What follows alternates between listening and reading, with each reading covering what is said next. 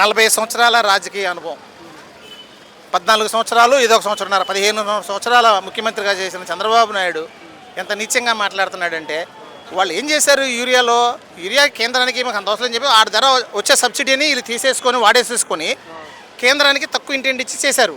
కేవలం అదంతా కూడా కేవలం హాస్యాస్పదం. ఖచ్చితంగా యూరియా అనేది వాళ్ళు కృత్రిమ కొరత సృష్టించి బ్లాక్లో అమ్ముకోవడానికి చేసిన పని ఇది. ఆ యూరియా వల్ల అలా వస్తే ఇవాళ యూరియా లేకుండా ఏ పంట పండదు ఇవాళ.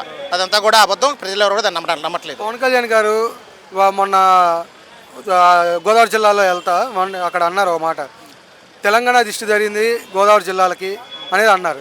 ఇది అసలు మన పవన్ కళ్యాణ్ లెక్కలో తీసుకోకూడదండి. ఆయన ఏం మాట్లాడతాడో, ఎప్పుడే వేషం వేస్తాడో, ఎప్పుడే స్టేట్మెంట్ ఇస్తాడో మాటకి సంబంధం లేదు.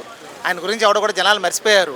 ఎందుకంటే ఆ రోజు పవన్ కళ్యాణ్ ప్రశ్నిస్తాను కొత్తను 10 సంవత్సరాలు బట్టి రాజకీయ పార్టీ నడిపి ఉన్నాడు, ఒక అవకాశం ఇద్దామని చెప్పేసి కాపులందరూ కూడా అనుకున్నారు. ఇలా కాపుల పరిస్థితి పట్టించిన పరిస్థితి నాది కూడా లేడు.